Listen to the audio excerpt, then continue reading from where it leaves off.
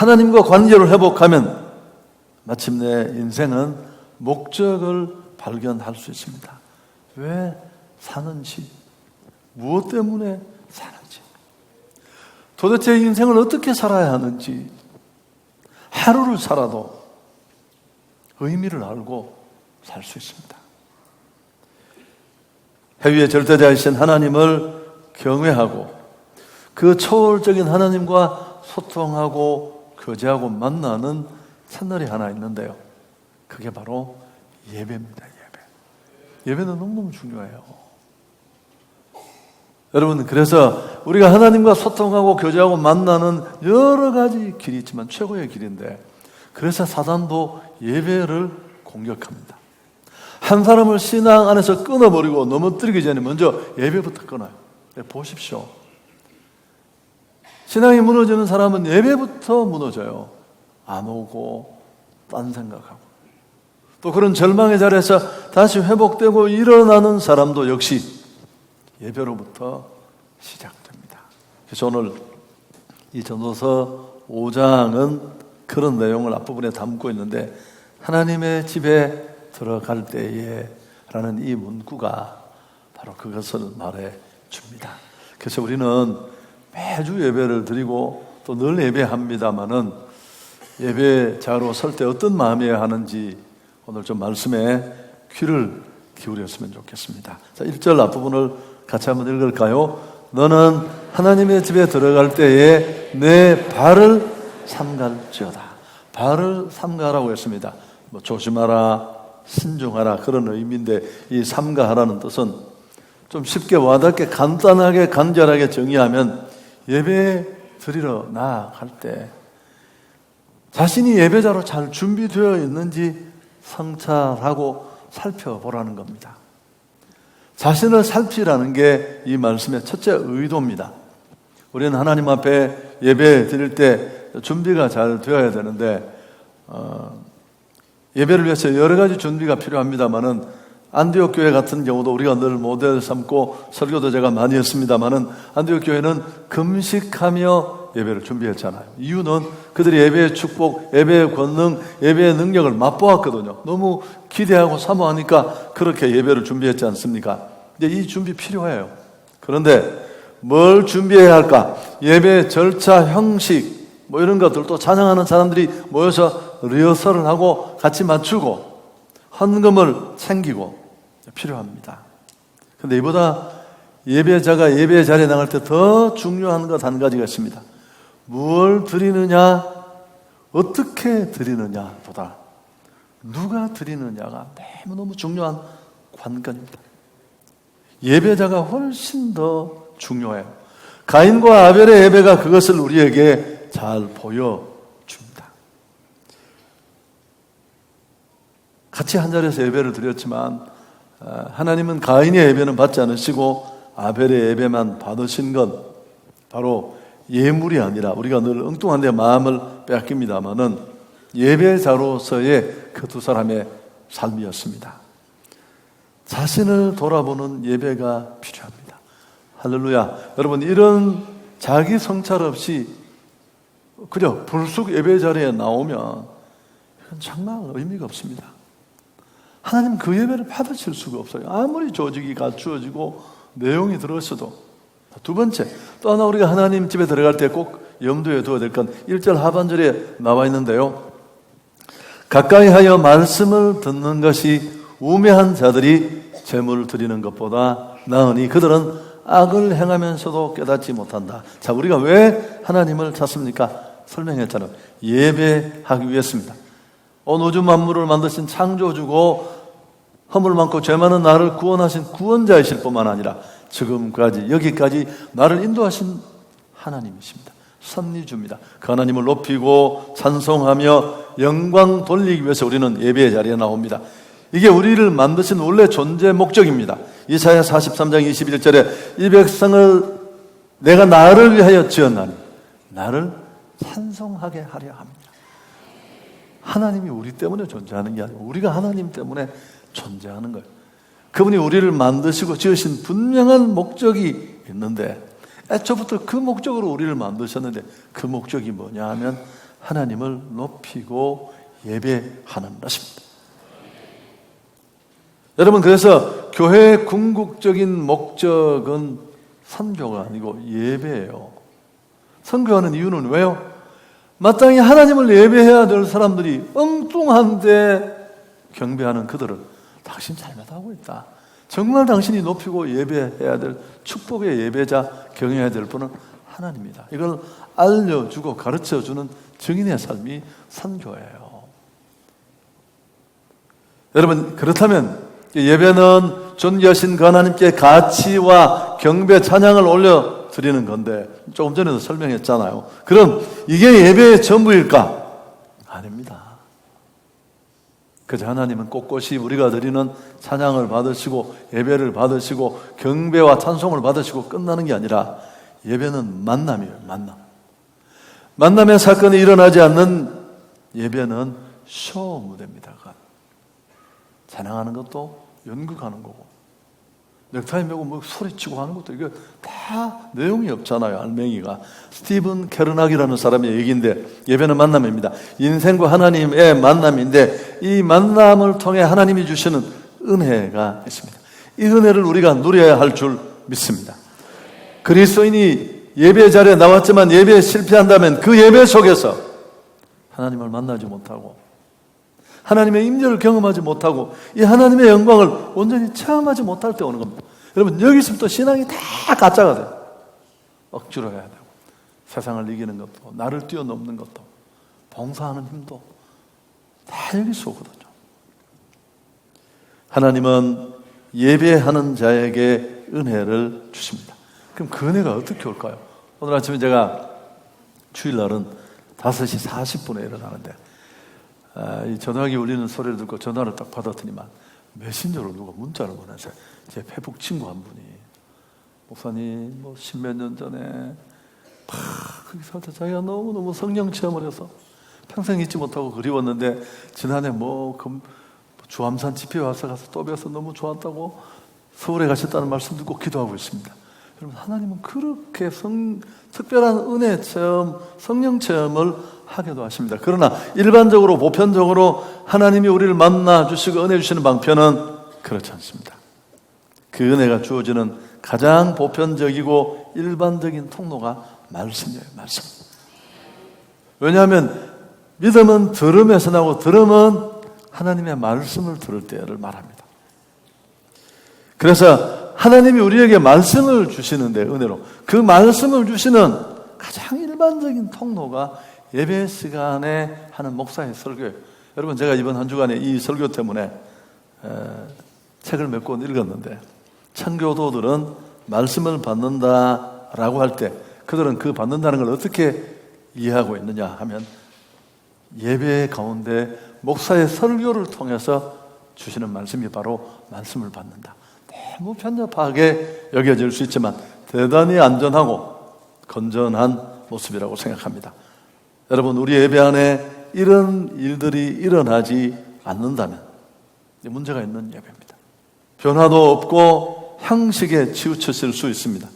그저 예배자로서의 자신의 모습이나 오늘 지금 내게 주시는 하나님의 말씀과의 만남, 이런 은혜도 없이 형식만 난무할 수 있습니다. 성경은 이런 일이 일어나지 않는 자들을 일컬어 예배자가 아니라 우매한 자다. 예배 시간에 이런 변화가 일어나야 할 줄 믿습니다. 우리는 이런 기대를 가지고 예배를 준비하고 예배 드려야 합니다. 이게 예배의 축복입니다.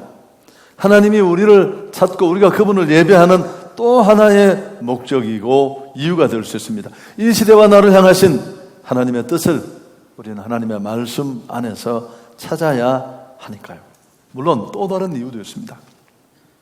인생사에 지치고 상하고, 오늘 우리 장로님 좀 기도해 주셨습니다만 국가를 봐도 너무 어렵고 개인을 봐도 힘들고 해결할 수 없는 여러 가지 문제와 필요, 또 일용할 양식, 우리는 충분히 예배 시간에 구할 수 있습니다. 요청할 수 있습니다. 그분은 우리의 아버지가 되시니까요. 그렇지만 단순히 우리가 예배하러 나오고 그분 앞에 나가는 목적이 이런 삶의 문제만이어서는 안 된다는 것입니다. 자기 점검이 없는 예배, 또 그분이 이 시대와 오늘을 살아가는 내게 주시는 말씀을 전혀 듣지 못하는 예배, 그리고 그 말씀 앞에 나를 드리겠다는 결단과 마음이 없는 예배, 의미가 없습니다. 자신의 욕심과 이해만 추구하는 한낱 종교 행위에 불과할 수 있습니다. 예배의 가장 큰 축복과 은혜는 하나님의 임재 가운데로 들어가는 것입니다. 그리고 그 광대하신 하나님을 알아가는 것입니다. 그분의 마음을 알고 그 하나님의 뜻을 알고. 우리는 흔히 은혜 받는다라고 하는데 그 은혜를 받는 게 뭘까요? 사실은 은혜를 받는다는 게 깨닫는다는 뜻이에요. 깨닫는다. 말씀을 듣고 그 말씀 속에 비친 내 모습을 보고 난 참 괜찮은 사람인 줄 알았는데 내가 참 문제가 많구나. 그래서 정말 하나님의 말씀 앞에 나를 선다면 우리는 예배 속에 이런 일들이 있어야 합니다. 엉엉 울며 통곡하지는 않더라도, 그럴 수 없을지라도 하나님 앞에서 나의 허물어진 모습을 보고 아파하고 고치겠다는 결단이 있고, 도대체 그런 예배가 우리에게 얼마나 있었습니까? 하나님을 알아가는 것, knowing God, 이게 예배의 축복이고 은혜입니다. 예배가 예배될 때 우리의 현실적인 문제들도 풀리게 되는 축복을 우리는 덤으로 누리게 될 줄 믿습니다. 우리가 하나님께 집중하게 될 때 하나님도 나의 필요를 채워주실 것입니다. 여러분, 이게 신앙이고 이게 바로 예배입니다. 하나님은 지금도 이런 예배자를 찾고 계세요. 요한복음 4장 23절, 아버지께 참되게 예배하는 자들은 영과 진리로 예배할 때가 오나니 곧 이때라. 아버지께서는 자기에게 이렇게 예배하는 자들을 찾으시느니라. 여러분, 하나님은 우리가 이런 예배로 그분 앞에 나갈 때 우리의 경배를 받으십니다. 그리고 우리 가운데 자신을 나타내시고 은혜 주실 것입니다. 여호와의 눈은 온 땅을 두루 감찰하사 전심으로 자기를 향하는 자에게 능력을 베푸신다. 이런 예배의 축복이 주어지면 그곳에 하나님의 나라가 임하고 그분의 거룩하심이 나타나실 것입니다. 예배에 부어주시는 놀라운 축복과 능력이 그때 나의 삶 가운데도 흘러 넘치게 될 줄 믿습니다. 여러분, 진정한 예배자가 될 수 있기를 축복합니다. 사실 예배와 삶은 연결되어 있습니다. 예배가 잘못되면 삶도 잘못되고, 예배가 바로 되면 삶도 다시 회복됩니다. 로마서 12장 1절 이하에 그런 말씀을 그대로 담고 있는데, 그러므로 형제들아 내가 하나님의 모든 자비하심으로 너희를 권하노니 너희 몸을 하나님이 기뻐하시는 거룩한 산 제물로 드리라. 이는 너희가 드릴 영적 예배니라. 너희는 이 세대를 본받지 말고 오직 마음을 새롭게 함으로 변화를 받아 하나님의 선하시고 기뻐하시고 온전하신 뜻이 무엇인지 분별하도록 하라. 너희 몸을 하나님이 기뻐하시는 거룩한 산 제물로 드리라. 하나님이 정말 받고 싶어하는 예배는 삶의 예배입니다. 어떤 분이 퀘이크 교도가 드리는 예배에 참여를 했습니다. 이건 뭐 예배라고 부르기엔 너무 순서도 없고 내용도 엉망이고 엉터리였습니다. 이분이 전통적인 예배에 너무 익숙하다가 충격받아서 나올 때 물었대요. 아니 맨날 이렇게 예배 드리느냐고. 그때 그들이 뭐라고 대답을 한 줄 아십니까? 우리의 예배는 우리가 예배당 문을 나서는 순간부터 시작됩니다. 자기들의 관심은 이 예배가 얼마나 형식을 갖추고 잘 조직되었느냐, 내용이 있느냐가 아니라 진짜 예배는, 여러분, 우리가 이 예배를 마치고 나가서 저 계단을 내려가기 전에 들리는 진짜 예배가 시작되는 부조 소리를 들어야 돼요. 그건 우리가 이 예배 시간에 받은 은혜 깨달음으로 정말 하나님을 보여주고 하나님을 인정하지 않는 그들에게 하나님은 계셔라고 보여줄 수 있는 우리 삶으로 드리는 예배인 줄 믿습니다. 삶의 예배가 되면 직장도 캠퍼스도 교회가 될 수 있습니다. 하나님 나라가 될 수 있고요. 세상을 이기는 힘이 다 예배에 있습니다. 유혹과 타협을 뛰어넘어 잘 살고 싶고 바로 살고 싶고 더 받은 은혜대로 살고 싶죠. 내가 받은 은혜가 얼만데 난 이렇게 살아서는 안 돼 라고 자각하고 각성하지만 우리는 그렇게 살 힘이 없잖아요. 그러나 예배 시간에 은혜 받으면 그렇게 살 수 있습니다. 세계 선교, 복음 전도 맨날 구호처럼 외치지만 안 하는 사람은 끝까지 안 하잖아요. 그래도 그 일을 감당할 수 있는 힘도 예배에 있는 줄 믿습니다. 안디옥 교회 우리 모델이잖아요. 작은 교회였습니다. 근데 그 교회는 늘 살아있는 예배, 하나님이 말씀하시고 감동 있는 예배를 드렸잖아요. 바울과 바나바라는 그 조그마한 개척교회에 2 기둥을 뽑아서 선교의 제물로 내놓았습니다. 이유가 뭘까요? 예배 시간마다 하나님을 만났거든요. 그 예배 시간마다 하나님의 선교를 말씀하시고 내가 불러시키는 특별한 일을 위해서 그들을 내어놓으라. 그들은 예배 시간에 받은 그 감동으로 살 힘이 없었어요. 그래서 또 한 번 금식하며 기도하고 기꺼이 그 부르심의 사명을 감당할 수 있었습니다. 그래서 정리해 보겠습니다. 우리가 많이 예배하지만 그런 은혜를 누리지 못하는 이유가 뭘까요? 말을 바꾸면 하나님의 집에 들어갈 때 예배자로 설 때 우리는 어떻게 해야 할까요? 첫째, 다시 정리하면 예배 자체에 너무 주목하지 마시고 예배자로서의 자신을 성찰합시다. 교회 예배도 문제가 많이 있습니다. 형식, 내용, 알맹이 그럴 수 있는데 근데 대부분의 예배 실패는 예배의 내용보다는 예배자의 문제일 때가 많아요.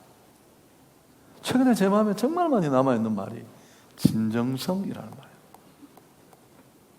여러분 알맹이가 빠진 건 누군가가 뭘 얘기를 하는데 찬양을 하는데 노래도 너무너무 잘하고 음정도 맞는데 내 가슴에 아무것도 없어요. 짜증나는 거죠. 그냥 노래 잘하네 그만두고 싶어요. 여러분 진정성이 없어서 그래요. 그래서 우리는 이런 점을 간과하지 맙시다. 교회 예배에서 문제를 찾기 전에 내가 정말 참된 예배자인지 그리고 삶의 예배에도 고민이 필요해요. 나는 오늘 하나님 앞에 그 위대하시고 거룩하신 하나님을 예배하기에 내 삶은 문제가 없는지 예배자로 스스로 잘 준비되어 있으면 원만한 예배는 은혜를 받습니다. 반면에 자신이 예배자로 잘 준비되어 있지 않다면 어떤 것도 의미가 없습니다. 훌륭한 설교, 아름다운 성가, 잘 조직된 예배 의미 없습니다.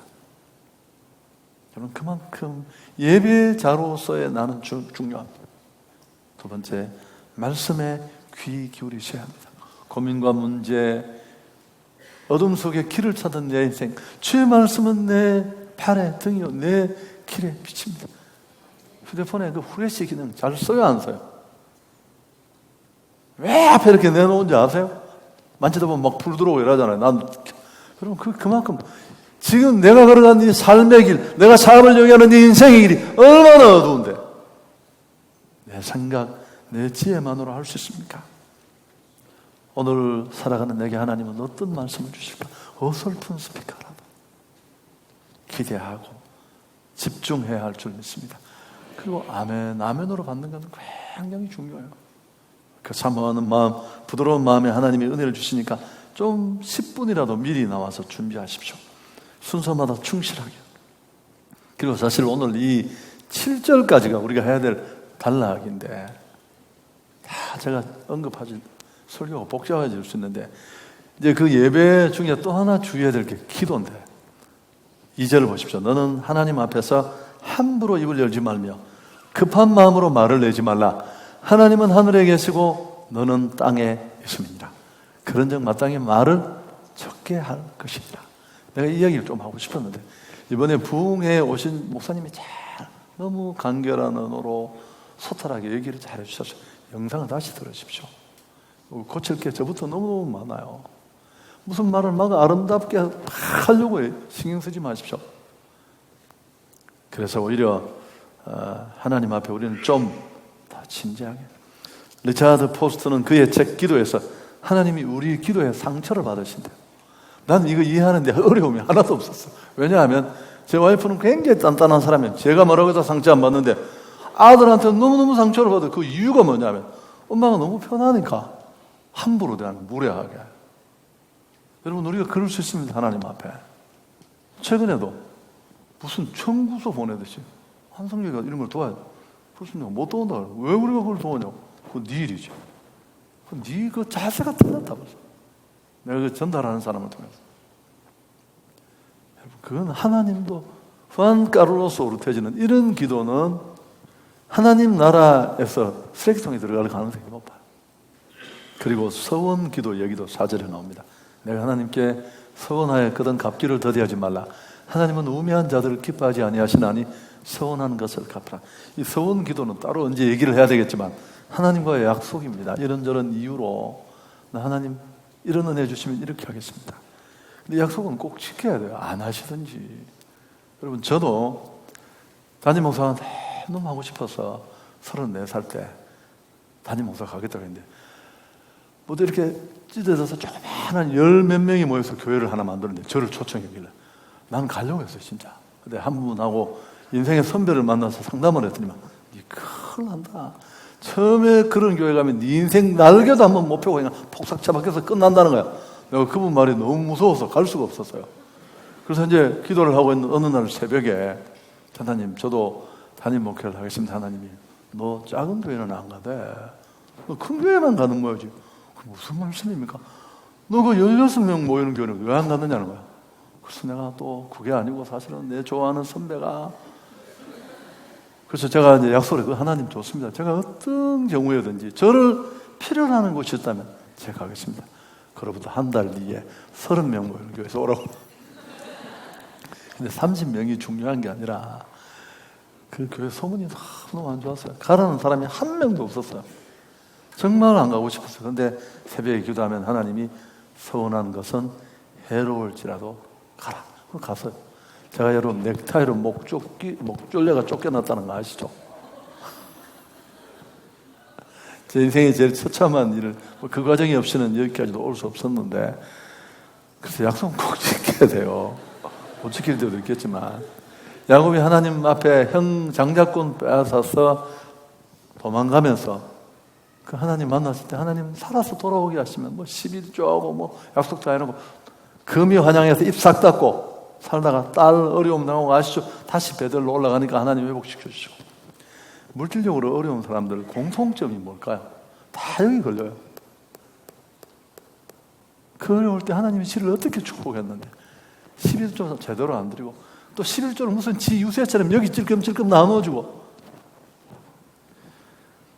안 해요. 절대 그건 어려워질 수밖에 없는 구조입니다. 이걸 듣고 깨달으시면 참 좋은데 그리고 또 하나 또 길어졌나요? 예배에 축도 전에 도망가시는 거예요.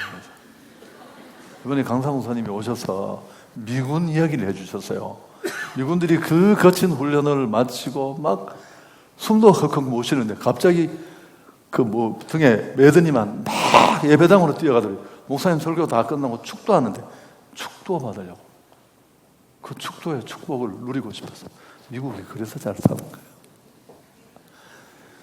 내가 3부 예배도 2부 예배도 그랬는데 또 축도 끝나기 전에 또 도망가고 여러분 제가 나가다가 맨날 부딪혀요. 뒤에서 저 힘들어요.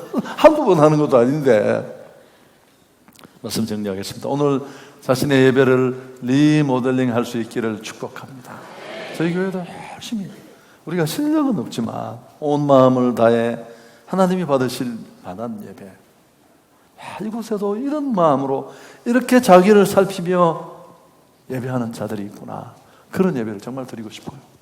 우리 모두가 그랬으면 좋겠습니다. 느헤미야서를 보면 1장부터 6장까지는 무너진 성벽 재건 운동을 다루고 있고 7장부터 무너진 신앙 회복 운동을 소개해요. 그러면서 느헤미야가 첫 번째로 한 게 뭡니까? 제사장들을 복직시키고 성전 예배를 재건하는 거예요. 여러분 이 탁월한 지도자의 정말 우리가 배우고 본받아야 될 게 한두 가지가 아니지만 너무나 분명한 우선순위 뭐가 중요한지 예배만 단단하게 서서 하나님과 바른 관계가 되면 우리 삶에 무너진 것들이 다 회복될 줄 믿습니다. 좋으신 하나님께 영광 돌리겠습니다.